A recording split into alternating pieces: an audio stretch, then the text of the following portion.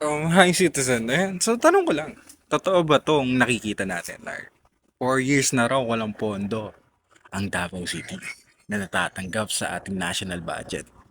Tingin totoo ba to? Isa na naman fake news na pinapakalat nila. Eto, panoorin nyo.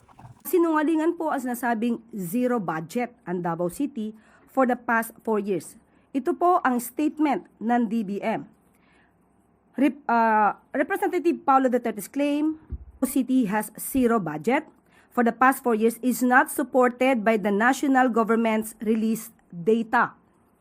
According to records for fiscal year 2023 to 2026 as of May 17, Davao City received at least 7.856 billion pesos in national government support for programs and projects. May natanggap naman pala rin 7.6 billion na pondo sa project. Saan? Saan napunta? Umamin naman po siya na nagkaroon ng 51 billion pesos na inilaan para sa Davao City, para sa flood control projects. Pero ba't nga ba bumabaha pa rin sa Davao City? Bilyon-bilyong piso ang ginastos pero bumabaha pa rin. Ito ang salubong kay Davao City Congressman Pulong Duterte. Project sa Davao City, bumuhos ang malakas na ulan na nagdulot ng mga pagbaha sa ilang bahagi ng lungsod. Umapaw ang Davao at Matina Rivers. Gumuho rin na ang Kaya kailangan natin magsaliksik.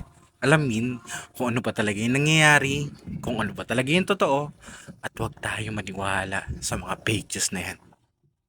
80 flood control projects along the Davao and Matina Rivers worth 4.4 billion pesos ang pinasisilip ni Tinio kay Ombudsman Boying Remulla. Banat ni Davao Congressman Pulong Duterte, why is Tinio selectively blind? Why not Davao City ang buwelta ni Tinio? May problema sa mga sa kabila ng billion-billion na binuhos sa flood control, bumabaha pa rin. So, ano yung masasabi nyo? Comment nyo sa baba. And truth matters.